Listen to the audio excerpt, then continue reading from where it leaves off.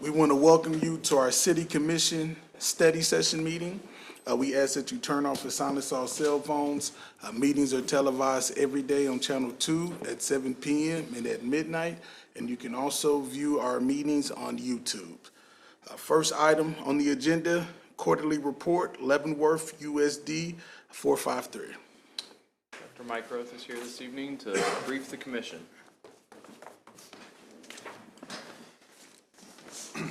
Mayor Wilson and the rest of the commissioners, thank you for once again giving me the opportunity to share a little bit about what's going on at our school district. First of all, it's been a very busy summer.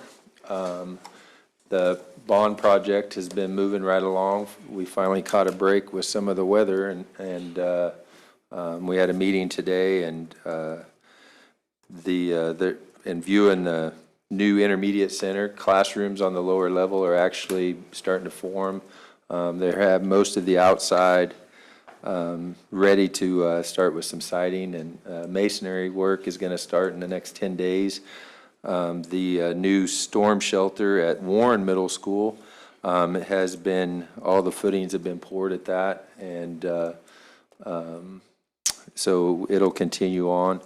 The high school, you may or may not have read the article in the paper that John wrote and covered on the flooring, where the floor collapsed, not really collapsed, but broke apart in our ROTC science wing. That was completed over the summer. And then we also had some collaboration spaces in the high school that are complete as well, and had a video today sent to me of the students using them in a very productive manner, which is exciting to see, because education is becoming more student performance, and allowing them to develop and present things in a variety of ways, and those collaboration spaces allow for that to happen. Fall sports all began yesterday, Monday, and from my reports that were given to me, we have good numbers in all of our fall athletics and activity teams, so that's always a positive sign. Homecoming, which is an interest of the commission, is September 27th. We will have a half a day of school that day to release early. Students will be participating in the parade. We appreciate the agreement and the latitude that the commission has given the district to continue the downtown parade. It's been very positive the last 2 years. The board, we have a board meeting tomorrow night where the board will approve our school budget. They have a budget hearing set for 6:00 p.m. Just a little bit of an interest to the commission on that. The proposed budget is a decrease of just over $1 million. And another just kind of a caveat to this, in 2013 and 14, the district mill levy was 69.35. The proposed budget this next year is 58.19. That's a reduction over the last 5 years of just over 11 mils. So we feel very, very good about the things that we were able to accomplish within that. That's also including the mills that's for the passage of the bond. So we, like I said, we feel good about the mill levy continually drop. I will let you know that a lot of that's due to some of the decisions that you and the county commission have made with bringing in new developments and bringing in, because the valuation has went up, and that's helped lead to that as well. So I've always said from the beginning is that it takes partnerships, and I think that the things that the county and the city are trying to do, along with what the school district's trying to accomplish, really relates well to the opportunities that we give our patrons throughout the community and school district. Also would like to share my appreciation for Mr. Kramer and his staff on the communication that they've had with all the road projects coming up. It's been instrumental in helping us communicate with parents with the closure of Thornton and the work that's going to be done on 10th Street. That really has given us some time and opportunity to help plan, help work with, like I said, our families to develop safer routes to and from school, which that's always an issue each and every year, especially at the very beginning of school, because it takes some of our parents a little bit to develop the pattern of pick up and drop off, but it also takes a little bit of time for other drivers to remember kids are on sidewalks, and sometimes they don't always look both ways, even though that we really try to get them to. And then the last thing that I have that I know has always been of an interest to the commission each year about this time is our enrollment numbers. Currently, as of today, we have 3,712 students enrolled. We're down about 74 from our count day of last year, but we're trending higher than what we were last year at this time. So we still anticipate being very close to flat enrollment, but currently we're 74 students down on our current count, but we are trending a little higher than we were the third day or fourth day of school this time last year. What is count day, September 20th? September 20th, yes. So that's what I have for the commission tonight. I would entertain any questions that you may have of me. On the intermediate school, what's the projection now as far as completion? We're hoping for occupancy, the certificate of occupancy, March 1st. Okay. And then what the plan is to do a soft opening with the 6th grade, because they're already over there. We won't change drop-off, we won't change lunch or any of those things. They'll just go across the bridge once they enter the building, and then we'll do naturally the grand opening next fall, this time next fall. This is a storm shelter both for Warren Middle School and the intermediate school? So the Warren Middle School, the storm shelter will be a music room and art room, and that will house all the students in the Warren Middle School area. Okay. And then the gym will be a storm shelter for the intermediate center that's attached to the intermediate center. So we'll actually have 2 storm shelters capable of housing both sides. Are they both of those are above ground? Yes. But are they constructed in such a way as Yeah, they're high wind and storm rated. They're not FEMA, but they have all the same qualifications that it takes to get, basically, they're constructed like a FEMA without it being called a FEMA, because you have to have a generator and you have to have some of those other things attached to a FEMA shelter. What's the situation with the high school with storm? Is there a storm shelter at the high school? Yeah, there's like several spots throughout the building that are underground. That's the basement. Basement, okay. Yeah, lower level. So that was the first couple of days. Actually, it's been pretty smooth. So, it's amazing. I always find it amazing how much change happens in 65 to 80 days of not having school, even though our patterns and our drop-offs and our schools don't change. It just shows to the opportunity for new families to come in, and so it takes a little bit of adjustment, and all of our neighbor friends across in the streets, have to get used to more traffic and cars, but it really has been. With the construction at Warren Middle School, we had to change some traffic patterns out there. We're dismissing. I was out there Friday. It took us just over 15 minutes. We made a few changes for Monday, and we got it down to about 12 minutes of release time, getting cars through and crossing guards in the right spot and that type of deal. So we feel good about that as well. Go ahead. I just wanted to say, I appreciate your board and your staff for lowering the mill levy. We appreciate that. I'm sure the citizens of Leavenworth appreciate it. And that's a goal. So thank you. Absolutely. And like I said, it's a partnership with you all as well. Some of the decisions you've made have helped us and allowed us to do some of that. And so we appreciate that as well. I have Two questions on the safe room that you're talking about at Warren or at the intermediate school. Is it the same rating as the one at Henry Leavenworth?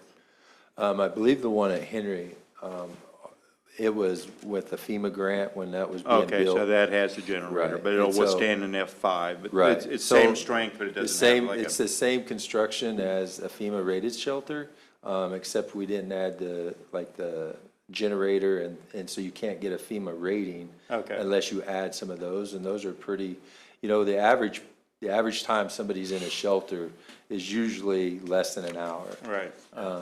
And so, when we evaluated some of the things you would have to concede within the bond to add a generator and get that FEMA rating, we didn't feel like that was a direction we wanted to go because we could add some other things within the project. But absolutely, it's designed, almost to the identical specs of a FEMA shelter. Does it have lockdown capability? The doors and stuff, yes. Okay. It's not like the wind doors that you have, but they're all locked in an emergency situation, yes. Okay. And this is probably just a wild guess on your part. I know that there's portions of the city of Leavenworth that are actually in the Lansing School District. Do you have any idea how many students that live in the Lansing School District attend Leavenworth schools and vice versa? Is it about a wash or not? It's pretty close. I usually have that because Amy Sloan does a great job tracking all that. And she gives a report to the board. I don't have those numbers right off the top, but usually it's a pretty good wash, year in and year out. Part of the strategy for the school is that we have open enrollment. And you have the new housing development off of 20th and Eisenhower there, right off of New Lawrence Road, basically, where I think they're projected 110 rooftops. That's in the Lansing School District. Right. But it's extremely close to our 5th and 6th grade, which will be our new 5th and 6th grade center, which will also be, very close to Right. the middle school and Henry. And so, with the restructure of our district, we actually will have space to actually take new families in, where currently, right now, if all things remain the same, we couldn't take out out of district students for Warren, and we couldn't take out of district students for Henry. And so then when that happens, it really limits the possibility of growth. Like I said, we're down 74 kids. And if that would trend that way, then you would have, as new money comes in, not as much could go to teachers, or if it goes to that, then you look at reduction of staff or programs to offset that. So what really the strategy behind that is to try to maintain or possibly increase, because the only way districts generate dollars is with student headcount, which Right. is FTE, so full-time equivalent.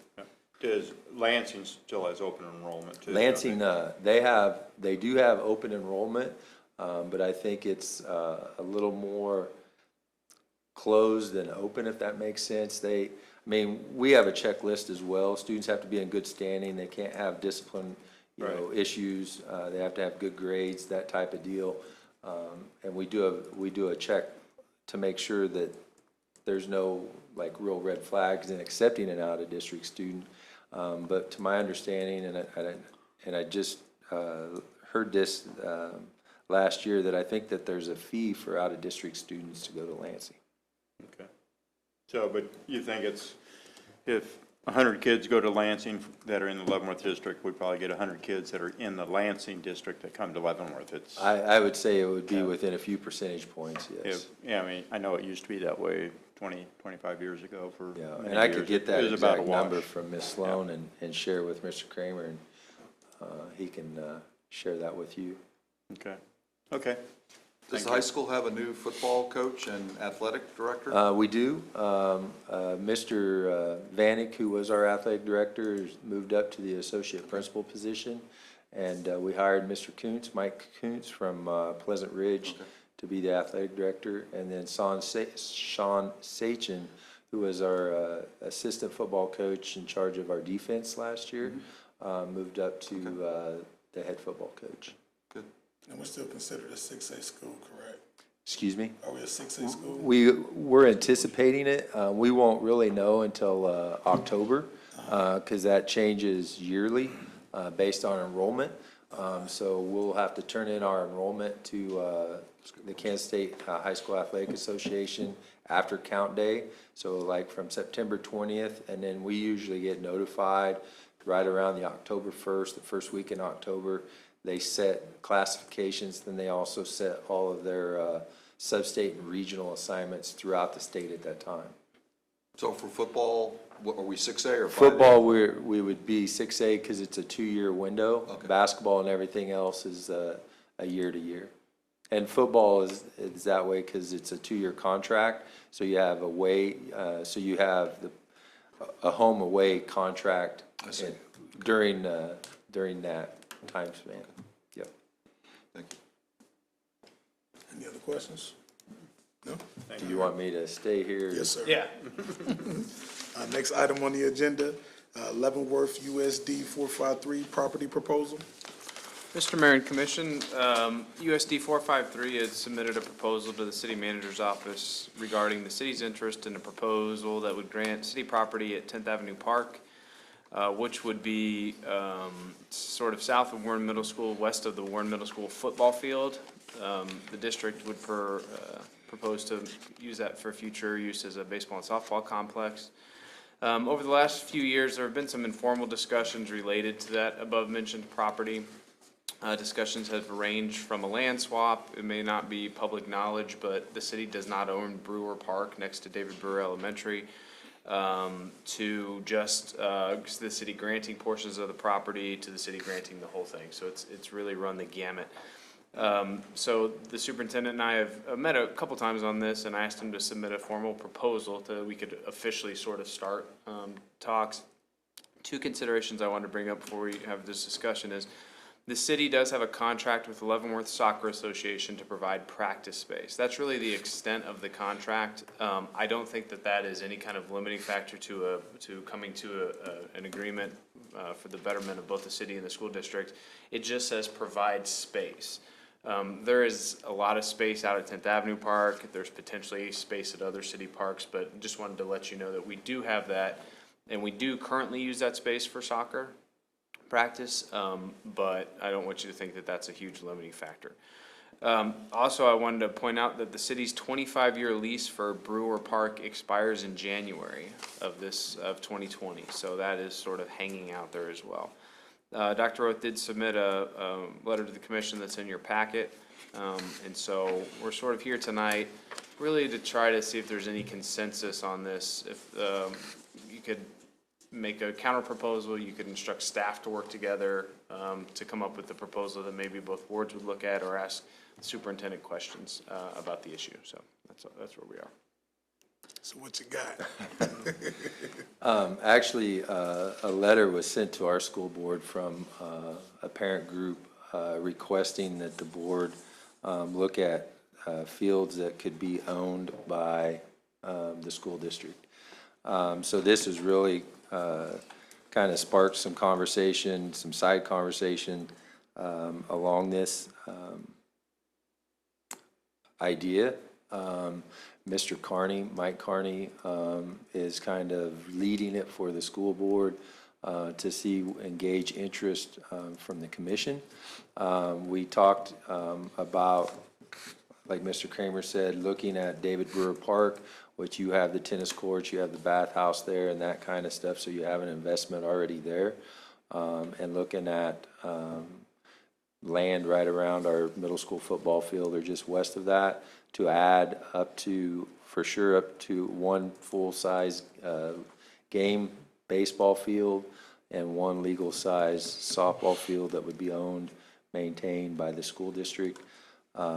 It would be also an opportunity for the board to look at phasing in a concession stand bathroom area, which that facility out there sorely needs, regardless if we do this or not, because I always say the impression people get when they first come to our community a lot of times is at that middle school where they're traveling teams, and they have to use a porta potty to go to the bathroom at a middle school event.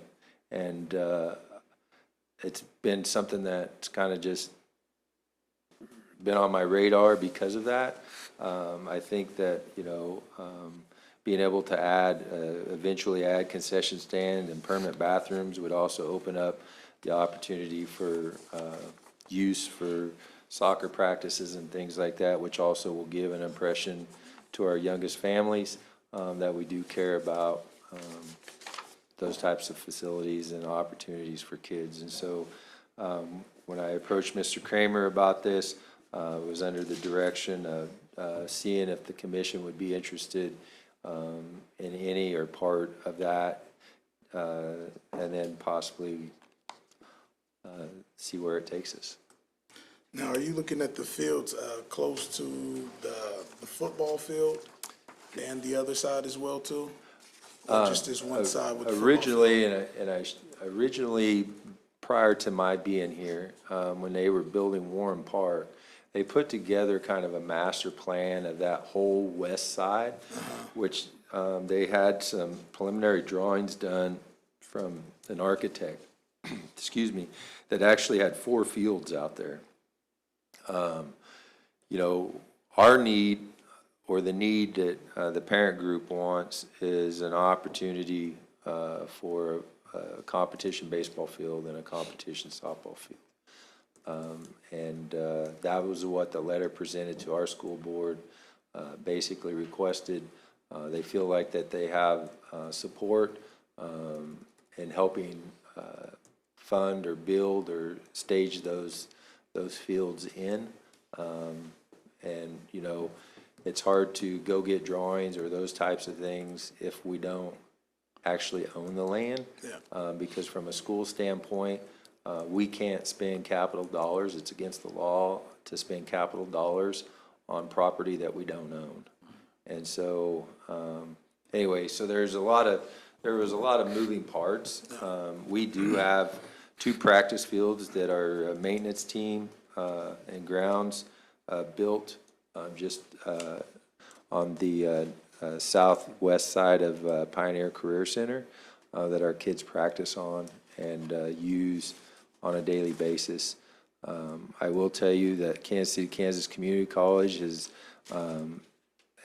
asked in the past, if they would expand their program, that's where they would want to expand. So not that they're in a hurry to expand, but that was one of the things that the current president and the previous leadership group had also inquired about as well. But we can't do any of that with what we have now. So that was another kind of a caveat to this discussion as well, moving forward. And since the city don't own David Brewer Park, I know there's a lot of football teams that actually practice on that field. Do they go to the school board, or do they reserve the park to use the field through the city? Okay. We have a 25-year lease, Yeah. which expires. Just for anyone that's listening, I know we talked about the west side of the field. To explain the property, the street that goes in front of Warren Middle School, where the flagpole is, that's Grand, is it not? And it goes in front there. That's correct. And then it goes, as you continue going south past the school, on the right side or the west side are those soccer fields kind of up on the hill there that are fenced in. To the left side, once you pass the school over, looking east towards 10th Avenue, 150 yards in or so is the football stadium, the junior high or the middle school football stadium. It's that ground between the football stadium and Grand Avenue that I would guess that 95% of the people in town figure the school board owns anyway. And I would suspect that 95% of the people in town think that the city owns David Brewer Park.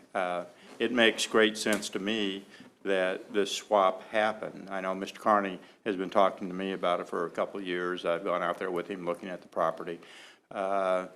Something, it's co-located with your school, used for school-type projects. David Brewer, some, separate park. It's on the west side of 18th Street. And the city does maintain both of them right now, and basically it would free up the city from maintaining the park at Warren Middle School. And I think you'd put it to good use. I'm definitely in favor of doing that. I think it's for the overall good of the community and the school district. There's no monetary, budgetary impact either way. Someone's going to have to pay to mow it and maintain it, whether it be us or you. Your taxes aren't going to go up or go down because of it. There's a monetary impact with respect to building it. Right? Well, For the school district. yeah, if they want to build it, sure. I mean, that's a different thing. Right. But just for the transfer of it and things remain status quo, which they will remain for a couple of years at least, there's no impact at all. And I'm definitely in favor of it. And I think providing soccer practice fields at David Brewer, I think that'd be very, very adequate.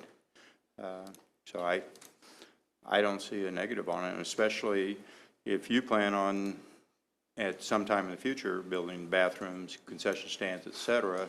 You know, as out-of-town groups come in, that could be a positive, because I don't think we have any immediate plans to do that.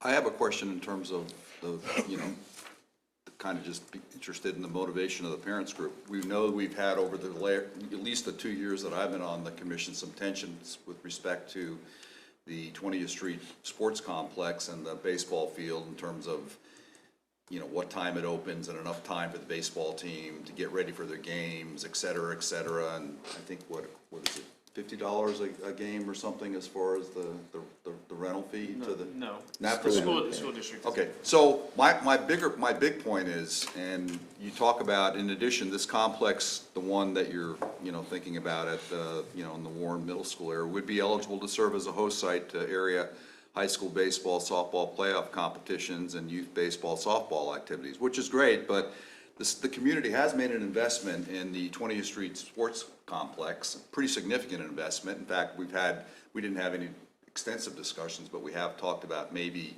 just mentioning, well, maybe in the future we need to put a field turf into that baseball field to make it less maintenance intensive over, 5, 10, or 15 years. So my thing would be for the staff, I'm not sure where I am right now with respect. I'm kind of neutral, because I do see, we spent between $2 and $3 million, I think, on this 20th Street Sports Complex, and I recognize that the practice, I'm more supportive of a practice field there rather than a game type field, because I think we have one at the sports complex on 20th Street. But, so I am, at this point, in kind of neutral, and I would like the staff and USD 453 to work a little bit more and see how, what impact there would be, if there's any negative impact with respect to our baseball and softball fields out there at the sports complex. But I recognize that schools, want their own fields and everything, but if our high schools are good enough to go ahead and compete in the, the postseason competitive, league playoffs and regionals and things like that, be nice to have them at the 20th Street Sports Complex. So are you thinking that it's going to take away from? Yeah, I'm I'm concerned about it. I don't know exactly, I can't articulate any more than I have, but I think it could take away, and maybe not. Maybe after staff and USD 453 work on it, they'll convince me that no, that it won't in any way, shape, or way or form take away from what the investment the city has made in that sports complex on 20th Street. If I may just kind of give a little insight on that. One of the things that I know that coaches have tried to do, whether it was here or when I was in Clearwater or previous stops, is always try to utilize as much space as possible for youth camps, their own camps, games, tournaments, being able to host those types of activities as well, which helps build programs. And so realistically, from my understanding, the east diamond of the baseball field is the only regulation baseball field that you have in the community. Okay, so this would add the opportunity to actually, if, once this is developed, to actually develop a partnership where you could bring youth baseball tournaments or Babe Ruth baseball tournaments, state tournaments, regional tournaments during the summer. So it actually would have the potential to actually bring more people to the community. Then it would also give the green light to where our coaches can do more work on those fields on a regular basis, which would be a much more safe complex than what our current one is up at West. Not that it's not safe, but we have no fencing, we have no lights, we don't have any of those types of things up there, and don't really want to add the expense up there, because if eventually KCK actually does want to expand the Career Center, that would be wasted dollars per se. And so it would actually give the potential eventually to give multiple competition fields that are available to the community, which actually can enhance the partnership that the city rec and the school actually has with all of our facilities, because, you know, they use our facilities for basketball and volleyball and various youth activities. This year, the youth football program is actually going to use Pioneer Pioneer Stadium. And so we're trying to do more for the community because of community.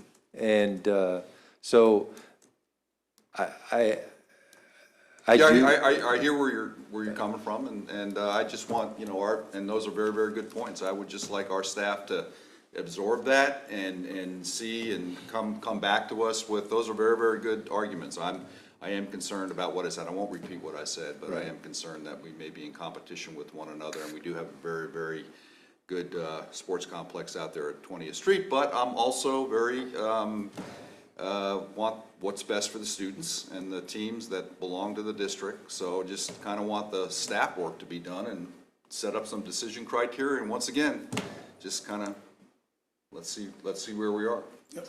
Mr. Lee? I've got a couple of questions for Paul. Has the Leavenworth Soccer Association been approached on this? No, no. Okay. It hasn't been official till tonight. Right, I understand that, but I didn't want them to get the wind, you know, and find out what's going on Yeah. through the back door.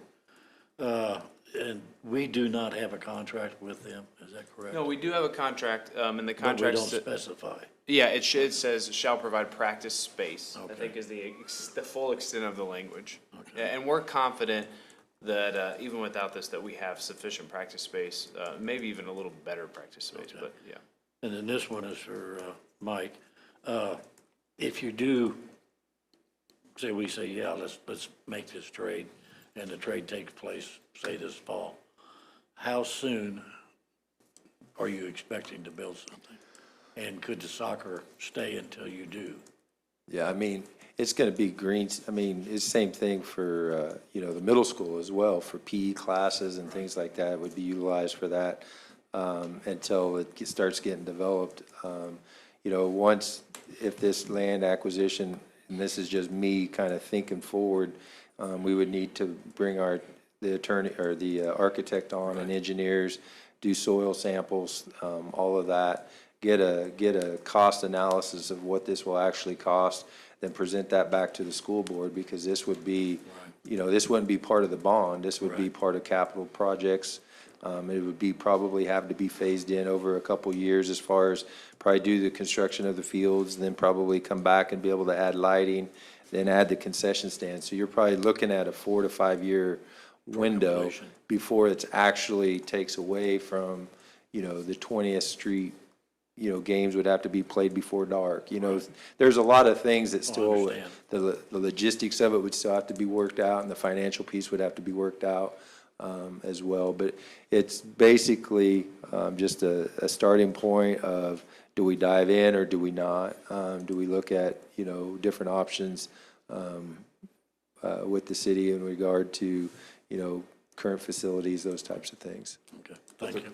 there currently is no fee for the actual games of the Leavenworth High School baseball team. Correct, because as the superintendent mentioned, we do rely on them Sure, for right. youth basketball, for volleyball, and it's been a great partnership, so yeah. Okay. So with the contract about to come up, do we need to take action right now? Or I mean, the lease is up in January, sort of unclear what happens if that lease expires. So as far as Brewer Park is concerned, we probably need to resolve that. I guess we're not in a huge time crunch, it's August. Yeah, correct. I haven't got any indications from the school district that they plan to kick us out in January. All depends on tonight. So, but it's, those are both issues in the air. And like I said, I'm in favor of it. I like the idea, but definitely, want to try to get some more information and get some input from Nancy as well too. So, yes, sir. My thought is, I think we have quite a bit of the information. I think we can get more information, but it's not going to be any new information. As Dr. Roth said, they're not going to be building a baseball park there starting, if we transfer this in the next 60 days, that they'll start a baseball park. I really suspect, once he gets his architects and engineers involved, he's looking at possibly another bond issue, because you're not going to be able to build a park with lights, everything for $5-8 million. It's not a cheap thing. So, but as he says, that property still could be used for the practice and for soccer practice for LSA. But even on that same tract of land on the east side, on the other side of the football stadium, is 10th Avenue Park, which is ours. The school only owns the middle part of it. And on the east side, they could put up the practice soccer goals. You have the people, LSA, one of their arguments might be, oh, there's not as much parking at Brewer. And for the number of kids that practice, I would disagree with that. But the parking is better at Warren Middle School, but instead of park your car, go right to the practice field, you just go left, and the field's right there. I don't see it being that complex. And I think it's something I think we should, I don't know how much more information there is. I mean, we can, and I think we should consult LSA and let them know. And we're going to have people that are against it, and we're going to have people that are for it. But we are charged with making those decisions if we want to go forward. But I see it as nothing being taken away from the community, possibly clearing up some property issues, and we'll still, the children, the school district, and the city still are afforded great opportunities and great parks. But it is, but you mentioned that it could be another bond issue, so looking at the citizens overall, it's another investment in a significant athletic facility of which the city, 10 years ago in terms of 20th Street Sports Complex? Sports field, Made it 1911, significant. All I'm saying is that, and we have plenty of the information, but it's not structured in a way that I am willing to make a decision yet on what we do. That's all I'm saying. There is pretty good information. This has been a good discussion. I am neutral with respect to whether this is something that I would support, but I've got an open mind as long as the information is, presented logically. So do we have a consensus to authorize our city manager to continue to work with Dr. Roth and provide us? The only question I have on the information you're requesting is, so the information that I would foresee city staff providing is the number of games that are played out there, concession revenue from LSA. But as far as getting into the city analyzing a school board bond issuance at the cost. No, but we know that as that, but that can be addressed in a general way, right? I mean, that, if it's a bond issue, that's gonna have to go to the citizens and. The people will decide that. Right, the people will decide Yeah, that, but that's- understanding that, How but- many, go ahead, I'm sorry. no, just in terms of, yes, I think in terms of what the impact would be on our 20th Street Sports Complex, that's where you're coming from, right? Yeah, Mr. Kramer? and Right. again, there's no fee for games, so there'd be some concession revenue, but that's about it out there. But we could put some numbers to that. And what about? Go ahead. And all of our One last- tournaments, our MSP tournaments are all independent of the school district. Okay. Those are all done on a contract basis with that private company. And that's, to be honest with you, that's the majority of the games that are played out there. And that wouldn't be threatened, you don't think, from the standpoint of the of the. I mean, that would, unless they started bidding for stuff and trying to draw it, but I don't know how to analyze what they would do 6, 7, 8 years Well, I from just- now. I wouldn't think that they would be, I don't know that they could make money off their fields. No, Gonna put that and, in the contract? yeah, no. I mean, that's not the plan. Really, it's the plan to give the opportunity for our coaches to have more flexibility with the fields to help build a program. It's not trying to take away anything from the city, and the quality of field that 20th is top-notch. And, you know, by no means are we all we're trying to do is add opportunity, and to Mark's point, that's why it would have to be staged in, because, one, the state doesn't allow, I mean, they allow bonds, but there's no state aid in bonds, so it'd be local taxpayers. Right. It would be more advantageous to look at a lease agreement or something like that, probably, than a bond. And that would be, you know, again, this was an approach this wasn't the school going out, this was parents coming to the school board, kind of in a group, and seeking the Yeah, opportunity. I'm just taking a little bit of a contrarian viewpoint, which is not bad at this point where we are as far as this, and like No, I said, so. and again, you know, that, and I told the group, I told the board, you know, this isn't necessarily something that, with everything else going on, that I really want to lead at this time. But if it's something that we're charged with, absolutely, I think Sure. it's, adds a great opportunity. But, with all of the other projects and stuff, so, you know, the first thing would be is that we'd have to consult with an architect and engineers and Sure. get all the soil tests and things like that to see what that would be. Right. And then get a cost analysis and then make the decision. So you're probably looking, not breaking ground probably until, if all of it went great, till probably 2021. Right now, how many home dates are there for high school baseball and football, baseball and softball? I'm thinking 5. Right, so. We're talking, is that right, Mr. Grant? Approximately. Right. So we're So they're talking allowed 5 20 dates games. that they would lose at sports field at some point, and you say 2021 to 2025. Five dates we're looking at juxtaposing, or moving. I just don't see it as a huge impact. The LSA, I'm sure that they can still practice on that same field, and if we do have to move them, if they want to stay in that same property, we can move them to the east side. I mean, there's no movement. People just get out of the car and go left or go right.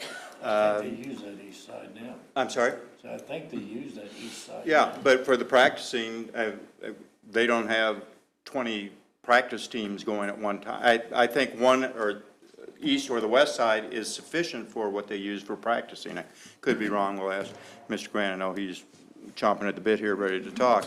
And I just don't see it as that complex of an issue. Now, if you were using 25 dates a year, what would the impact be on the loss there? I think that is something. If there's 5, dates, 5 doubleheaders, and then 5 doubleheaders, 20 games in a high school baseball stadium, and they're always doubleheaders, so 5 away, 5 home. I just don't see it as too complex. I don't know how much more information you can give us, but I'm in favor of going forward, or however the commission decides. I'm in favor of the staff coming back to us in He's terms going of the impact to the city, even if it's negligible, whatever it is, I'd like to see that hard copy. And you're gonna approach the Leavenworth Soccer Association as well too, get some Yeah. feedback from them. Yeah, Mayor, Commissioner, just a few things I wanted to, as there was talk about the LSA to begin with, I'll start with them. Our contract runs through the end of July of 2020, so next year. It's a 3-year contract. At that time, we will be renewing typically a 3-year contract. And when I first started working for the city, they practiced all over the city at different places all throughout. One item that could be approached to them is that we provide area at, say, at David Brewer, which is a nice flat, small area with a restroom right next to it, and we just move one age group over there, the U6s and the U8s. And then, as you alluded to, that we do utilize, the LSA utilizes everything east of the football field. So there's From a space standpoint, I think as Mr. Kramer mentioned, it would be able to work out. It's just a matter of sitting down with LSA and saying, okay, here's what we need to do to work all that out. Well, Steve, you mentioned on the contract, which I understand.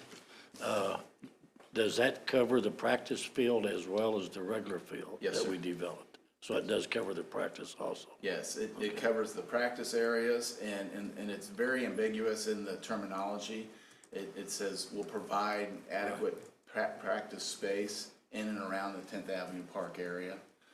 Again, as I said, that we go up through July 31st of next year. Right. If this is a direction that the commission decides to go forward with the school district, then that verbiage would be changed, saying that, you know, in additional, and we may name additional parks, whether it be David Brewer Park or anything, at that, from that standpoint.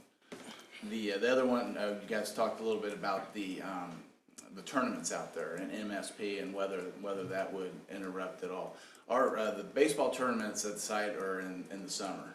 Every month, every weekend in the month of June is when MSP utilizes the sports field complex. High school is done in the middle of May or something like that. So they don't really coincide at the same time, so it wouldn't take anything away. I liked what Dr. Roth said about the potential growth of those tournaments. We had all 4 fields going 2 weekends out there at Sports Field. There's a lot of people that traveled to this town this summer, utilizing Sports Field. You offer another regulation game field and even a softball field, which we put some youth baseball on our softball out there this year. That those could even be bigger, and I'm sure we'd be interested in also. So that's just kind of a clarification on how we run the tournaments and when they are in relation to the high school. To the Leavenworth High School softball and baseball teams, Mr. Preisinger mentioned 5 dates. So they play at the same time out there, or is it 5 + 5, 10 separate dates out at the 20th Street Sports Complex, or is it just 5? I'm not sure that they don't always play at the same nights. I'm not sure of the It could be a exact little bit schedule. more than 5. Is- Not that 5 is, you know, it's not, that's great a number, The but baseball and softball team don't play at the same time, same nights? Most generally, they do, Yeah, where you get into like JV games and so you have some JV opportunities. Just, you know, another opportunity, if this would ever develop, that, you know, a JV game could be going on at Sports Field and varsity games could be going on at the baseball fields or vice versa, until those become, you know, with lights and all that, maybe they're just JV fields, but they're regulations. So there's a lot of staging that can actually take place that would give the opportunity to do that. And maybe they start out as fenced-in practice fields with some safety barriers and things like that we currently don't have. And then it'll also give your youth programs more opportunity to start earlier in the spring, as opposed to trying to work around. It sounds like Mike's for all this, but I'm just. No, I mean, that's I'm just good. trying to give ideas of what. well, I think it's good, and hopefully some of that will be, well, at least in terms of the impact or lack of impact on the city. That's where I'm coming from. Leavenworth Soccer Association, as my colleagues talked about the impact on them, and then there's my concerns about the 20th Street Sports Complex. But you make a lot of good points, Dr. Roth. I'm just being a little No, contrarian and to make us think. I think the discussion is warranted, and I think that, you know, I agree with you that we live in a very conservative community, but it's also a very supportive community. And the thing that sells a lot of homes is the opportunities that young kids have, right? So your parks are a huge draw to the stability Right. of every And if we community. can show that in the concept, and you've been kind of thinking out loud, which I think is great, and, you know, if we're going in that direction, I certainly would be, you know, my tendency or my inclination would be to, you know, fully support it, because I do believe in supporting the youth of Leavenworth and the greater community, so. And if can be a win-win for, you know, for the city and also for the school district, I think that's great. But I'm just like to see a little bit more Yeah, you good. hard data, so. I'll reach out to Commissioner Bowder and get her thoughts on Yeah, it as yeah. well. So you like the idea though? I'm a concept guy. You know, like I said, we're the city, you're the school district, but in terms of some of the things you're talking about would be, kind of a win-win for the youth of the city, and that's not, I mean, what we've talked about it tonight, but that's not what I don't think was in the documentation that came in front of us, so we're not gonna make a decision tonight. We'll make it probably pretty soon. I'd just like a little more staff work done, so. We have a consensus? Yeah, with one condition. Yes, sir. I would like to have a representative of Leavenworth Soccer at the next meeting that we discuss it. All right. Appreciate you, Mr. All right. Dr. Rowe. Thanks, Dr. everyone. Rowe. Thank you. That was easy, huh? Lead the way. Have a good, school year. All right, present comprehensive plan request for qualifications, page 13. Mr. Mayor and Commission, next item has been talked about for probably about a year now as the city approaches the 10-year mark, a little bit early on, redoing the city's comprehensive land use plan. The previous land use plan, while having some good core tenants, is lacking in some areas that the city and developers, elected officials would find more useful. So the city's staff, through the CIP process, we brought this forward 2 years ago, I believe, for funding for, to hire, and again, also last time the comprehensive plan was done in-house, which limits your ability to do such things as focus groups, public input opportunities, and have a third-party facilitator. So 2 years ago, the commission did approve funding for a new comprehensive land use plan. Because this is such a big issue, normally this stuff is all done internally, issuing RFQs for consultants, but we wanted to bring the RFQ to you. Just one brief note about the RFQ. This goes out and it's intended to vet, engage interest, and speak to qualified consultants. It's not designed as the end-all be-all framework of the discussion. You tell them what you want once you select them. So the process would be bringing in a firm, staff sort of vetting a couple of the best firms, letting them come to the commission. From what they hear from staff, from what they then hear from the commission, they would then put together a draft scope of services that we would then review. So there will be further opportunity to fine-tune what is in this comprehensive land use plan. You have some latitude on how comprehensive you want to get, what areas you want to delve into. But I did want, because we've been talking about this for so long, for Julie to talk about the RFQ and sort of the process involved in this. Yes, I think Paul pretty much covered most of it. Really, what this RFQ is like he said, we're just looking to get qualified firms who have experience in doing comprehensive land use plans to come in. And we purposely structured the RFQ fairly loosely to give them leeway to use, their professional judgment and how to best structure a proposal for our specific community. So we're excited to get this out. We're ready to get it out. Get some firms in to talk to us about what they would see for us, and really what we're looking for in a comprehensive land use plan. It is primarily focused on land use and how we want to see the community grow. You're going to pull in a lot of components that are tied to that, transportation, infrastructure, those types of things, and how those are going to influence our land use and our growth. There will be quite a bit of public participation, different focus groups with residents, different community leaders, business owners, that type of thing. So plenty of chance for input for anybody who wants to be a part of this, and really just, like Paul said, wanted to get this to you before we put it out and give you an idea of what we're looking to get back. So if you have any questions, I can answer those for you. The way it's structured, and it would not, we would have the opportunity to, if we want a survey to go out to citizens, we'd be able to do that, because I see that the Leavenworth County Board of County Commissioners has done that. It's pretty good. I took it today. Pretty good survey. Yeah, the Leavenworth County is doing their own comprehensive plan Right, process right now. So we'd be doing something similar, and so typically what happens when firms respond to these, you'll have a planning firm or a land use firm, and they pull in other sub-consultants, so firms who maybe specialize in public engagement, demographics, economic development, that type of thing. They'll pull in kind of their sub-consultants on those, And they'll be putting together a proposal for us, so what they would see is the best way to engage the public, whether that would be meetings, surveys, different, ideas that they might have. But as Paul said, there's certainly the opportunity for us to request specific elements or contribute our own ideas for what we would like to see. And in terms of you talked about in the, at least the policy sheet that came before the contract, maybe you talked about it in the RFQ or the request for proposal also, but staff will evaluate the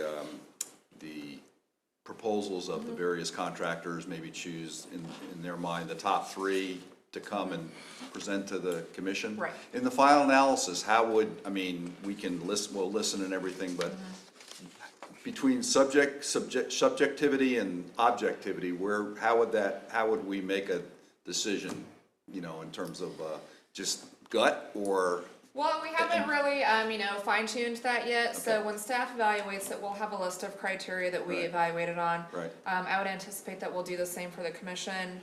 We'll generate an evaluation sheet with different criteria, some sort of ranking Good. mechanism for you all to use to evaluate them.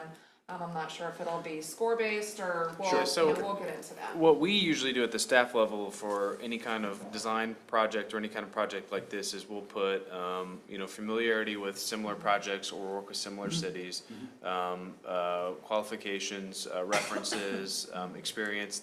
We rate the team that they usually plan to they present their team. So we do that. That's something we could do the commission. At the end of the day, the commission decides how they want to decide, whether it's through gut feeling, whether it's through a score sheet. Sort of like when we did the downtown A hotel. combination of both. Right, when we did the downtown hotel, we had the two developers present to the commission, and it was just somebody made a motion based on the firm that they thought did the best presentation, and that's how we selected that. So the commission can make that decision. Do you have an estimate on how much you think you might be budgeting for this, or have we? We have a budget. Yes, so we had a budget of 100,000 that was Okay. allocated over 2 years. That'll be, that's something that we'll fine tune with a consultant that we select. We will let them know the overall budget. They don't present a price on this first one because that's relative to the scope of services. How many hours of community involvement, how many surveys, how many commission meetings do they come Yeah. to, how many, that kind of stuff. But it is a public number, so, or we will negotiate down once we get to select a firm. I noticed that there was no reimbursement for travel. The only reason, is that standard pretty much for the contractor, no reimbursement for the travel for the? For presentation. Oh, for the yeah. presentation, but once they get into. Yes. I mean, That would be something that they Okay, would, just for the yeah, presentation. have in their Okay, scope of yeah, services, okay, yeah. That makes sense, because I was just thinking if it was for overall, No. some firms wouldn't, No, that's just bid for on it. presentation, Okay, for, yeah. all right. submittal. So, back to the 100,000, let's say we budgeted 100,000, do you go out to them and say, we've got $100,000 here, what can you propose, here's what we want done, what can you do for the 100,000, Essentially, basically? yeah, and so Okay. they're gonna be familiar with working in various, budget ranges, and they'll be pretty, comfortable with what type of services they can propose and provide within different budgets. Usually you tell them everything you want, and then it comes in at 150,000, and you try, and then Yeah. whittle it down. Or maybe you tell them everything you want and it comes in under budget, but that's. So if we select a firm. Why tell them? Because it's a public number, and we want to avoid a firm coming in and going through the process and not having any ability to come in within our budget. There's some larger cities that do $250,000 comprehensive land use plans. I think they'll know roughly based on the size of our city about what it is, but it being a public number. Yeah, and talking to some consultants that I just know throughout my professional, this is they're a standard, something that they would expect to see, from a community our size, size. so, yeah, we like to put it out there so that they're not coming in proposing, a $400,000 process I when we've understand. got a quarter of that, so. So do we select a firm and then we tell them the price? No, So- we put our Okay, budget okay, in the okay, RFQ all right, that I goes got out, you, so I they've got got that, in So their they know minds what when they're they're getting putting their into. proposal Okay, together. all right. And you may select a firm and authorize staff to enter into negotiations, and we may come back to you and say, we cannot come to an agreement with this firm. Okay. We recommend you move to the next one. That's a Okay. possibility. Okay. Gotcha. I did see, and this isn't gotcha, but on page 4, there was one thing in the paragraph and one thing in the tentative schedule in terms of the deadline for the receipt of the questions. One place it said September 13th, and I think the other one said September 20th, so just. Yeah, and we'll, Yeah, proof that's and just a get that off. thing that needs to be reconciled before it goes out. Any other questions? Our plan is to issue it on Friday. Okay, all right, so we have consensus. Yep. Okay. All right. Thanks, Julie. Thank you, Ms. Julie. All right, next item on the agenda, Conventions and Visitors Bureau website demonstration. Yeah, Mr. Mayor and Commission, we're excited tonight to have the second city website that's been redone here in the last couple months. And this is the Convention and Visitors Bureau website, and our CVB Director, Christy Lee, will go through this. Good evening, Mayor Wilson, Website. Commissioners. Hello. Thank you. Yes, we are very excited to have our website up and running. Our previous website was done on a Weebly format, which was a free format. And this is a much more robust website than that we'll be able to add to as we continue going on. And there's several places already that we kind of continue to add to as we go. So with that in mind, this is our homepage, and the color scheme was based off of our logo and that, so it is different than the city's color scheme and that. But basically, of course, along the top, we do have our social media sites that all link up to what we currently are running with, and our search button over to the side. So we also have the search option. Whether you know something and you just want to look at it, wayfinding signs or whatever, you can put that in the search line item and it would go right to that. So these here, a little bit, has an option of changing out 3 different pictures, and I'll change those out quarterly, monthly. Something comes up, that we want to really highlight, we'll put those up there. I did want to mention, with the red text box there, it looks different on this screen, and Melissa mentioned that it might be due to needing some updates on this computer, because on my screen, that was not right over their faces, it's lower. So we'll have to check on that tomorrow when I give them a call. But anyway, so then you can scroll down. Calendar of events is kind of really our robust, that we have a ton of calendar of events listed on here and that. So again, kind of you scroll down a little bit, you can view all events here, or you can submit an event. And so we do get a lot of submittals throughout the year, and we go through those, and then we'll actually add them to the site. So, and then right below that, we can kind of highlight again 3 of our up and coming events for easier access, or easier people to look at and get more information on the top 3 events there. So we'll just kind of go into the events. And we've got it where we work with Talkify, which is kind of it's a third-party calendaring option for us in that. And as you up here, you can put it in different formats if you like. You can put it agenda-wise, whichever a person kind of feels better with as far as being able to read it. So the agenda form, and then also the monthly format. So if you're looking for something in particular, just as kind of preference on how you would like to look that up. You can also search by date, or you can forward it and then go to September and search all the dates there and all the events in September. So when an event is submitted and they want to add it to the page, how long does that process take? Oh, as soon as we get the email from whoever, it's pretty much automatic. Like if the library submits all their events to us, Rosalie will actually start going through them right away and start adding them as we can, or as we get them. So as soon as we see it on the email system, we can put it in there. We're moving up. So, So actually, our calendar of events is our main page, one of the main pages that gets accessed all the time in that. So we've, like I said, we've got a ton of events on there, and we keep that pretty up to date. So encouraging the community to look at that whenever, for things coming and things to do on the weekends. So across the top is our main menu items, things to do, gives people kind of an overview of attractions in the area. You can click on that and scroll down a little bit, and then it will give you a whole list of the other attractions in the area. Click on any of those, or agritourism. And then again, it will show all the agritourism businesses in the area.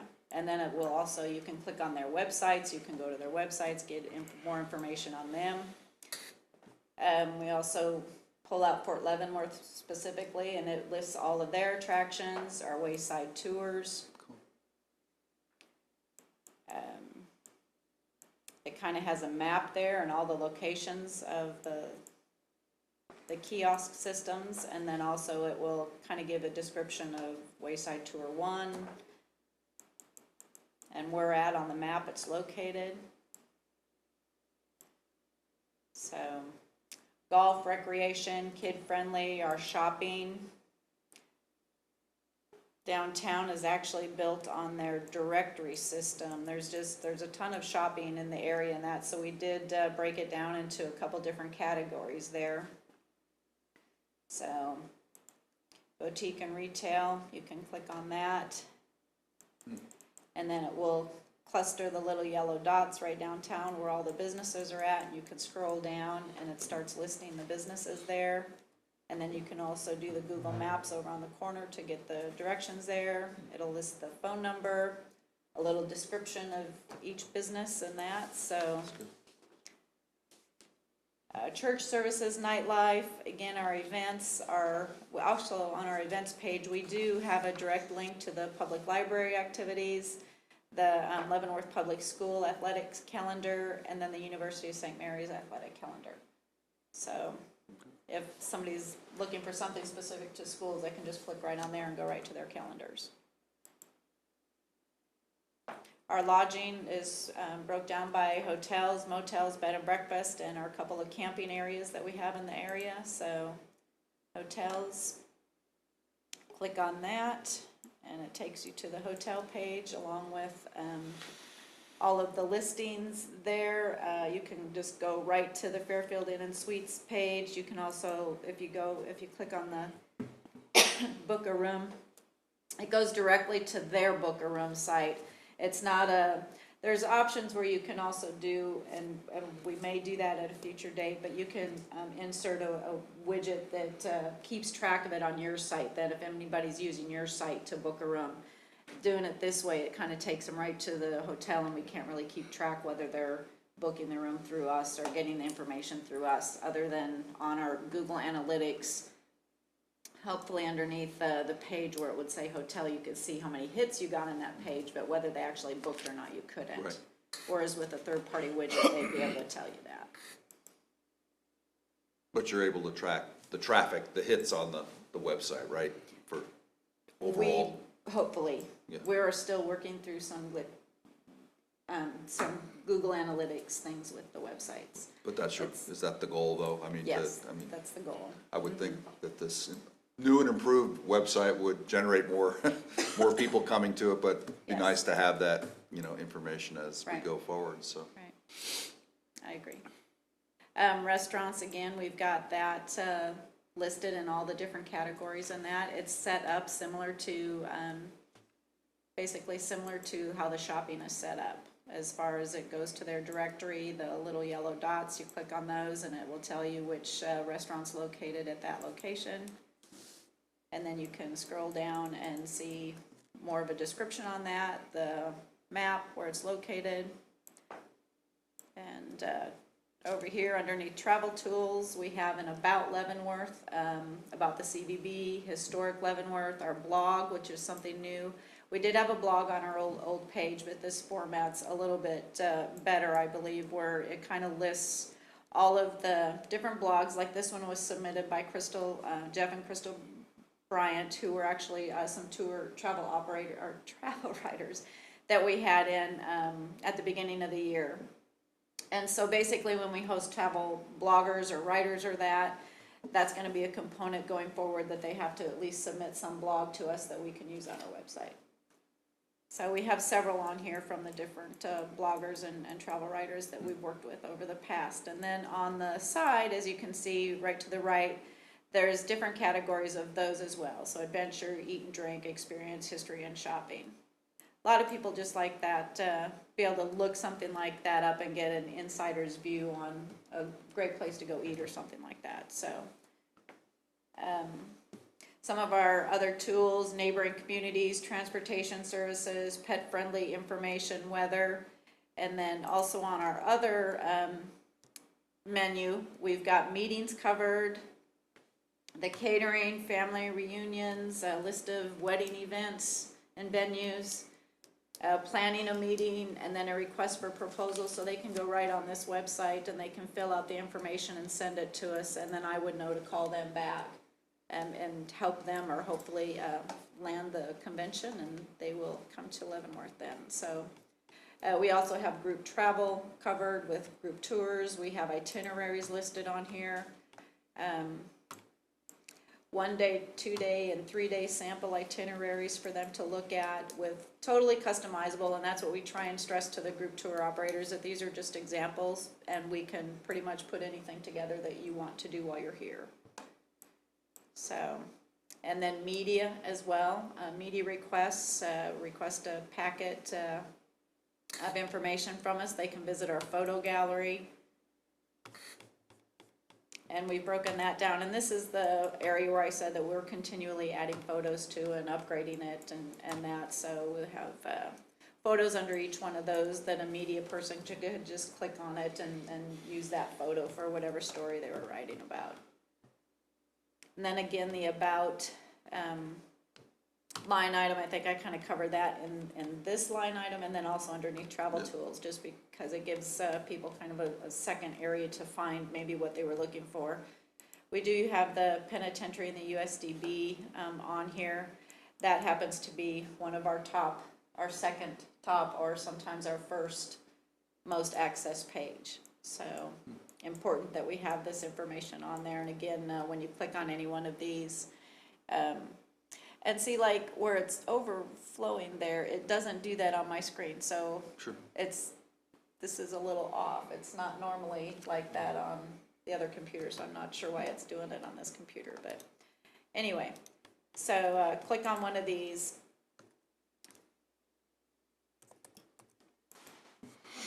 And then it'll take you through to that and give you a little bit background on the USP. And then down below, it'll give you the information, phone number, and then an email address to contact somebody there. So hopefully that will cut down on some of the calls that we receive in the office and that, because we still do receive quite a few calls in reference to how to get in touch with them. But at the bottom of the site then, this is obviously where we sign on, staff sign on, and then you go to the back side of this and are able to edit, create, clone any page we want. Moving forward on the other side, we've got the About the CV, some of our publications that we've put out over the years, and that's downloadable.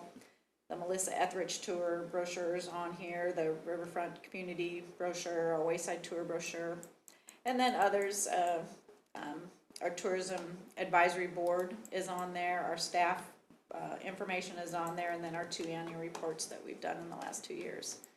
So trying to be a little bit transparent on what all we've done and have that information out to the public. So that's kind of an overview of our site. I would welcome any questions or comments on that. And like I said, it will be, it's a continually growing in progress, improving as we go day to day. So I like it. it's Yeah, I good. think it's great. Thanks. Easy to move around. It is pretty, it's very easy to navigate in that, with the menu items there, it's hopefully you'll kind of have an idea what you're looking for and you'll be able to go right to it. So, Do you and Ms. Robinson, are you the only ones with administrative responsibility that can change, so, or Currently, yes. add, or do anything? Good. Yes. Good. So somebody can jump in and just put something on without, it has to be vetted Melissa by and you. Taylor also Okay, have yeah. access to that. But it's vetted yes. by you, okay, good. Yes. Does the website have capability for electronic business transactions? Probably not, because we don't have do we have a need for that going forward, or? We don't have a need for that currently. Okay, But whether, yeah. in the future, I mean, I would think that we'd be able to add it, just like the Yeah, city was able yeah. to add I it just to their thought site. I didn't think so, but if I'm sure, based on what you presented to us, if there needed to be that capability, I'm sure, It could. because I think Parks and Recreation is working on that, aren't they, for their particular website, so. I think that's about it. What do you think about adding a section for tourists that come in and visit? They can leave comments. What do you think about Like that? testimonials or Yeah, something? yeah. We can add testimonials to that, and in Okay. fact, like with the Riverfront Community Center underneath our meetings group, there's a section under there that I want to start adding a few of the testimonials good. of people that have booked a meeting space there and that, so, yeah, I think that's a possibility. Yep. So, Good- all right, good well, work. thank you Good all. work. Yes, thank you, appreciate it. It's All right, great. have a good great. evening. All right, Ms. Carla, review codification changes. Mr. Mayor and Commission, we saved the best for last. Very, again, just like the comprehensive land use plan codification has been in the works for a while, and it represents a whole lot of work by Carla and her staff, mainly Carla, and department head, so I'll let Carla talk about what she's bringing forth tonight. All right, we are coming toward the end of this. It'll be a couple more months before we see the real Carla, books microphone. published. Oh, sorry. It'll be a few more months before we see the published books and get that before the commission to finally approve that. But I wanted to go over the work that staff has done and some of the changes that we've made to the code so far, and just a couple of things that need a little bit of input from the commission, just as a consensus, so that we can go ahead and give the green light to MuniCode to get that last final draft back to us before we say go ahead and print. So just to kind of go over it, we started this process in February of this year, and the code was reviewed by the editing staff at MuniCode, and the process was turned over to their senior code attorney, Sandra Fox, and she did a legal review of our entire code. During that time, she relayed suggestions to me about, how we should reformat the code, kind of a layout of it, so it made float a little bit better and add different sections together just for consistency and just a better readability on it. In addition to that, she went through and marked some of the unnecessary language, duplicate language. We had a lot where at the beginning of a section of a code, it would kind of talk about what was going on, and then a little ways down, it would kind of repeat it again. So we had a lot of repetitive stuff in there. So she noted those sections, and things that didn't conform to state or federal regulations. They noted that also to be removed, along with suggestions about, like I said, flow on it. That legal review took about a month. And after that, a PDF version of the draft was provided to city staff with markups, recommendations, and comments. At that point, the draft was submitted by staff to make additional changes beyond those noted by the editors, and this was the opportunity for us to go through and update and look at outdated processes we don't even do any longer, and things where we just kind of read it and went, that's not the way we do it at all, because it would just had been kind of, things just kind of evolved, and, maybe we didn't request applications and just things like that.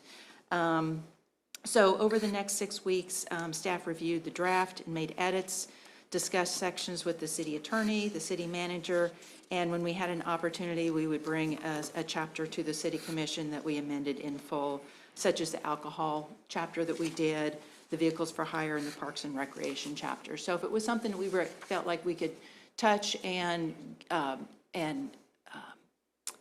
amend in a reasonable amount of time and brought it to the commission, we did those on some of those. Staff submitted the edits back to MuniCode, and they incorporated the edits and performed another edit, which took a little over 2 months for them to go through what we wanted to have changed in it as well. And then they provided a final draft proof that was returned back to us on July 31st. It seemed like that 2 months went by really fast because I thought, we've got a chance to take a break and I don't have to think about this for a while, and those 2 months just flew by. So it was back. And so went through the entire code again and rechecked to make sure that the things we'd asked them to change were changed, did another read-through and proof of it, and all those were submitted back to them on August 9th. So at this time, it's back in their hands, looking at the additional things that we requested. So this is the time now that I'm going to go over those with the commission, and if I get your consensus, we will let them know to go ahead and start their final proof on it and proceed with the books. If all goes well, the new books will be go into production and will ship within 2 to 4 months, and then we'll get a model ordinance that they'll provide to us that would just come to the commission and say, this new code is going to be adopted, and you would make that motion and accept it all as one book. Okay. The purpose of a recodification is not necessarily to correct everything all at once. It is, however, to perform a review, amend some of the sections, and identify chapters and sections that need a more in-depth review, which we've done that, and I've noted those, and we'll schedule those into next year to kind of go over those and have staff have time to look at them and bring those back to the commission with suggestions on how they should be changed or updated. Throughout the code, we did updates of liability insurance requirements, and those were updated based on recommendations from our insurance broker. Got with them saying, hey, this is a particular license that we do or an event that we do. What kind of insurance levels should we have to protect the city in case of some lawsuit or anything for liability purposes? So those were recommended by them. We also removed historical references. There would be a code or an ordinance that we would pass that went into effect on a certain time. So we would see a lot of those that would say, this section goes into effect January 1st, 1999. Those are no longer necessary to be in the code book. They're there, they are what they are, so those historical references have been removed also. So I'll go into just kind of a quick overview of each chapter and hit the highlights of things that were done. In Chapter 1, which is the general provisions, we did just a general cleanup and removed duplications, added definitions where needed. One of the changes we're going to do currently, the fee schedule is an actual appendix of the code. MuniCode has suggested that we not do that, and as I look at other cities, I don't see anybody else who incorporates their fees as a part of the code. It is a separate fee schedule that the commission can make changes to as they need. The way we do it now, because it's a part of the code, it has to come as an ordinance, and you have to do a first and second consideration to make that go into effect. With not having that as part of the code, if we come and we say, Parks and Recreation, they want to change the fee of something, it can be done as a simple item and a motion and can be approved right then by the commission without having to do an ordinance and first and second consideration, which will be a more efficient process. In Chapter 2, Administration, same, just general reviews. We did a change to regular meetings. Right now, it says they're held on the second and fourth Tuesdays. We changed it to ordinarily. That gives the commission a little bit more flexibility if we should have to cancel a meeting. An example is the weather issue we had just not too long ago. Technically, we're supposed to come in, a couple of people are supposed to come in and announce that we are not having the meeting. This allows a little bit more flexibility in being able to cancel those meetings or not have them. So, Quick question. yes. Real quick. I was under the opinion that was mandated by state law. It is not. Okay. It is not. It's the way we have it written into our code, and we can make some modifications to that. So, But Commissioner Dedekey's question, maybe I'm thinking the same thing. We are not mandated as a city of the first class to meet at least twice a month? Or is that, I what was believe, your yeah, question? Maybe I misunderstood Yeah, your we had a question. meeting Canceling meetings. on Tuesdays. I thought it was mandated Mandated that what, that we have a meeting? by state that we have the meeting and that they meet on the Tuesdays. Was it second and fourth? We have, this is by city ordinance that we've done this, and it's been in effect for quite some time. Now, it may be, and I would have to check that for sure, and I believe you're right, we, as a city of the first class, we have to have so many. But, and the ordinance will still read that shall ordinarily be held on the second and the fourth Tuesday of every month. So that gives a little bit of. Move it to the Wednesday or the Thursday? Yeah, without, Everything in here is still without applies to a, state statute. without a larger process to have to do that. On- So it won't change. We'll still have meetings on the second and the fourth Tuesday of every month. In those odd cases, whether it be weather or something else, when we have a study session, we don't have one tonight, where we have a special meeting, that counts as one of the meetings, does it not? The special meeting does. A special meeting, If the requirement is 2 meetings a month, and for some reason, the Tuesday, weather-related, something happened, national disaster, whatever, we only have one meeting, but we have a study session with a special meeting, does that I would fulfill, have- or is that such an oddity, I shouldn't even be asking it? Don't I even would worry have to read the statute on that. about it. I think Yeah, if, yeah, let's go. Yeah, okay. Disregard. Okay. Let's see, we added a requirement for the city manager to have a $50,000 bond, which matches that of the city treasurer. There wasn't a bond requirement for the city manager, and we just kind of talked about that and thought it doesn't really make sense. He has probably as much or more authority than the finance director, so we put that in there, that's required.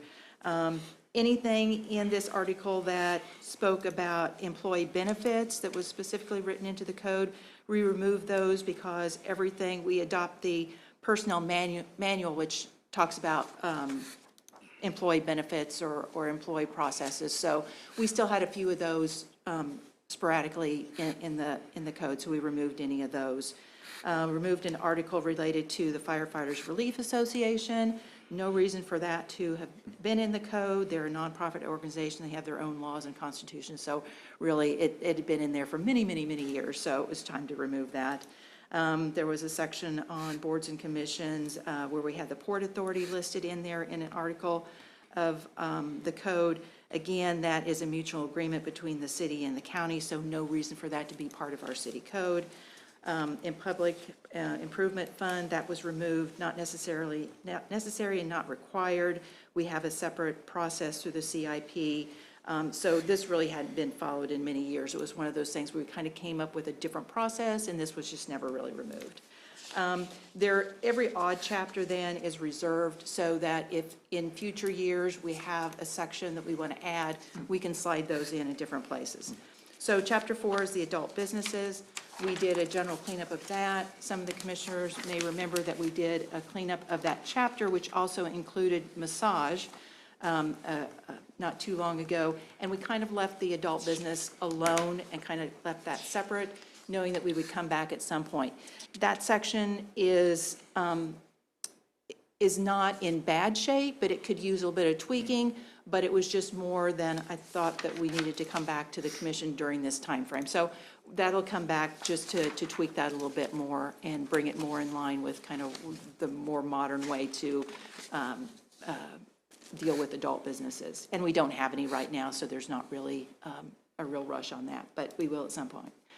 Alcoholic beverage, this was one of them that there was changes to the state statute, so that was a great opportunity for us to touch that and completely redo that this past year, so that's done. Animals, again, a general cleanup, reviewed state statutes and different laws in there, rearranged for a better flow, updated sections to conform with state regulations. And one of the things was to remove, in talking with the chief and animal control, we removed a section that allowed for residential kennels. And what that is anybody that has more than 4 dogs. So it's not really somebody that has a kennel per se, they want to board dogs or something like that. It was just a resident, say I have 4 dogs and I decide I just have to have 2 more dogs. And I've now 6 dogs, that's more than what I can have as a resident. There was a process where you could go through and request a residential kennel. We haven't had a residential kennel in about 10 years. One of the reasons is there's very few lots in the city that would even require what we have in the code that even would be approved. So their recommendation was, let's just remove it, because people come and we usually don't even take the application and take their money, because we're like, let's look at this first, and it comes down to they wouldn't even be approved. Now, that's different than, like, we also have a provision for commercial kennels, and those are regulated by the state. So somebody could still have a commercial kennel in a business portion of the town. If somebody wanted to have a commercial kennel in a residential area, there is something in our development regulations in zoning that could allow for that with a special use permit, but that process could still say, I have land and I want to start boarding animals. I don't just have more than, the 4 dogs for myself. I actually want to board dogs, and I've got land and I can do it. So there is a process that they could go through to see if that would be approved. Okay, so we're not completely eliminating those possibilities. Building construction, again, just a lot of cleanup of that. This will come back in the fall because Public Works and Fire are going through all the code reference books. So all the international building codes, electrical codes, plumbing codes, everything that we have right now is the 2006 edition, so it was just time for that anyway. That's a big process that they have to go through on that, so there wasn't time to get that put in with this new code. If they get it in time and they haven't started production of it, it will still be in our new code, but otherwise, these will come back for adoption of all these new code books that they use for the different inspections and things. So in that one, historic preservation code was removed because that was already addressed in the development regulations. And we found that a lot, that there were some codes and they were already in the development regulations, so we removed them from the code because they're covered in the development reg section of it. Moving of structures, this will come back at a later time. There's a section in there about moving a structure and then permits that go along with it, and it's very disjointed. So that's something we'll have to look at in whole for the moving of the structure and then the licensing of the mover itself and things. So it just was a little bit more in depth that we needed to look at closer. Dangerous structures, this also will come back at a later date. We needed to review that. We started doing some review with staff and the city attorney and just thought that would take a little bit more time and wanted to come back to the commission for a more lengthy talk about that before we make any changes. Is that the proper title, dangerous structures? I mean, last week we went over kind of the dilapidated structures that were on the demolition list, and it's more than just dangerous and safety, it's health, welfare. Yeah, and that's just the way it's worded right now. Okay. So that's probably something we'll change as well, is the title of it, of what that section is good. as well, yeah. Thank you. There was a section, manufacturer, assembling, and fabrication entities. This was removed. I read through this section. It was a small little section. I probably read it 4 times going, I don't even know what we're looking at here. And it's something, again, that is covered in various sections, development regs. It was kind of just this odd accumulation of things in this section. So we removed that because it's already covered. Businesses, that's all the business licensing is under this section. We removed a permit required for a painter, which if you were to paint something on a building or paint, and again, this has probably been in there for 50, 60 years, and it's just kind of just continued to be there. We've removed that. We haven't licensed a painter in who knows how long. So that's gone. One of the things I did want to get input from the commission, ambulance service. We don't have any ambulance services that are licensed by the city, but there is a provision in there that we could. They are regulated by the state. We currently don't, there's no fee in our fee schedule. If somebody was to walk in the door and say, I'd like to start an ambulance service, private ambulance service in the city, there is no fee for that. So I guess that's one of the things, if we want to keep that in the code, we probably need to update it and then come up with a fee. So that's kind of one of the questions that I'd like to get a consensus. I would Does the say eliminate city? it. Yeah, just let the Let the state state and do. let the county. Okay, I would agree. That was what my hope. Tree trimmers, one change there. This is the only license that we have that if you walk in the door today, your license is good for 1 year from today. All the rest of them we have grouped by the time, 1 year from March 1st through February 28th or January 1st or whatever. And so it's a little bit easier for us to track them with our system and know that this is the time that we're renewing certain licenses. So I would like to change that to a license from March 1st to February 28th. It just makes it a little bit easier to get all the notices sent out and track and make sure that the tree trimmers have done that. So that just kind of brings that more in line with the way the rest of our licensing are done. Building movers, as I said, that'll come back. Lodging establishments, this will come back to discussion by the commission. The way our lodging establishment ordinance is written now is written many, many years ago before there were Airbnbs and accommodation type brokers. So it doesn't address those really in any way. So that's something that we'll come back, have talked to the city attorney about it. So that'll come back just to see what the commission would like to do with those types of businesses. Elections, sent this to the county clerk to review the wards and precincts to make sure that they were correct. We made one tiny little tweak to that. Emergency. What was the tweak? I mean, There was one change, the 7th Ward, 3rd Precinct. We had a separate one that said 7th Ward Precinct, 3rd B Precinct, and she said there was no yes, 3rd B. but there's still precinct. 3 precincts, right? There's still, they were all, 1, 2, and yeah, 3. there was just one we had separated. She said that Okay. never really happened, so Right. so we changed that. Emergency management and service, nothing big there, just, like I said, just kind of a cleanup. Environmental, same thing, just regular cleanup. Fire protection and prevention, general cleanup there. Again, this was a lot of old language. It still referred to firemen or fireman instead of firefighters. We'll adopt a new code in the fall also because we're currently using the 2006 International Fire Code, so that'll come back. There was a section, the article on fireworks. We still had a definition as a Class C fireworks, which is no longer defined by federal regulations. So we went with the current regulation, federal regulation definition of consumer fireworks, which is what ours kind of was. But like I said, when they did the legal review, they said there isn't even such thing as a Class C fireworks anymore as a federal regulation. So we updated that. Health and sanitation, that was good. Library, again, general cleanup. Manufactured homes and parks. We had terms in there of manufactured homes, recreational vehicles, and travel trailers, which were kind of intertwined and used incorrectly.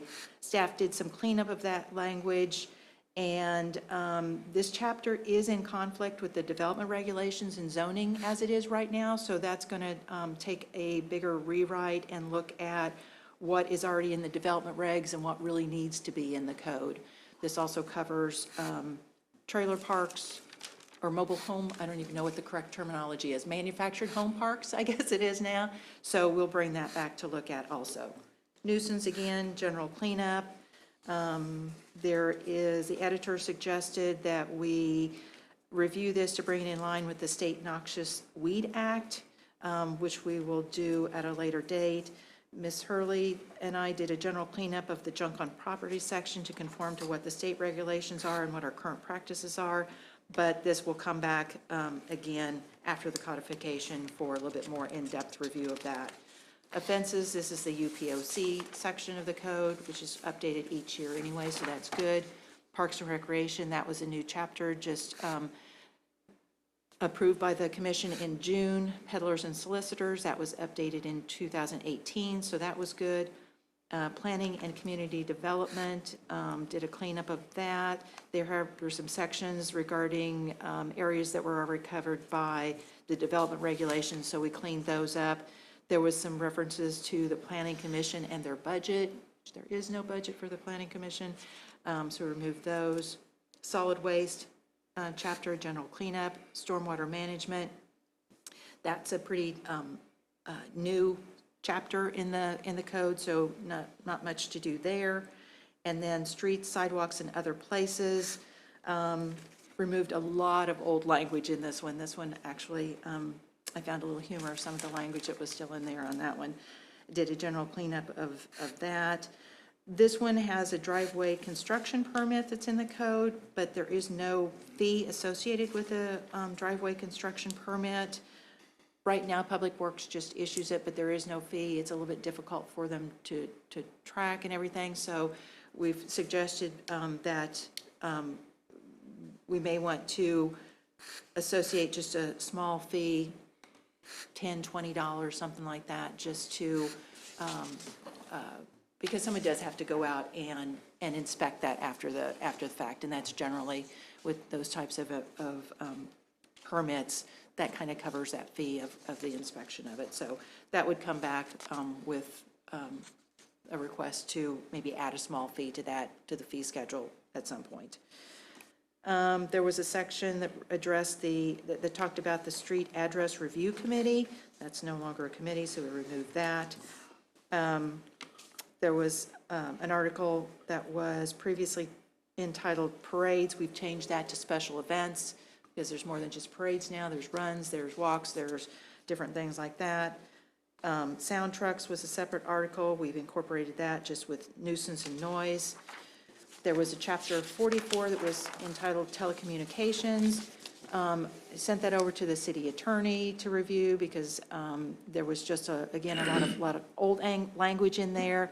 It contained a lot of old FCC information and items that cities are no longer able to regulate. So we've removed that completely, and what we are able to regulate is in the development regs. Traffic and vehicles. This section did a lot of work with Chief Kitchens and his staff. They did a lot of audits on signs and various things, and made the code match what is literally out there on the streets with different one-way signs and various things like that in the school zones.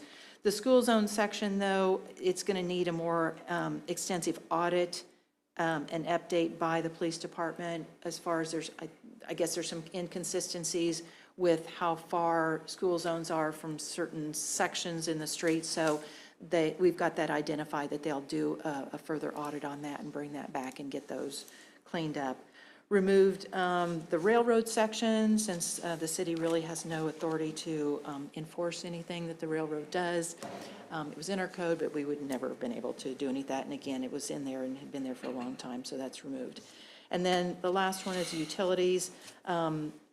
And this one, we just did an update, a lot of unnecessary and outdated information. An example is it referred to how we regulate and how we take care of meters. The city has no meters, no utility meters, so we just removed that. So that is a quick overview of months of work. Great job. Are the development regulations different than the city code? The development regulations, yes, they are incorporated as a part of the code, but they are a separate, that just talk about development and zoning It gets and, into everything from fencing is in development regulations, your sign code is in development regulations, subdivision Yeah. regulations, your use tables, what's allowed in I-1, I-2, everything. Okay.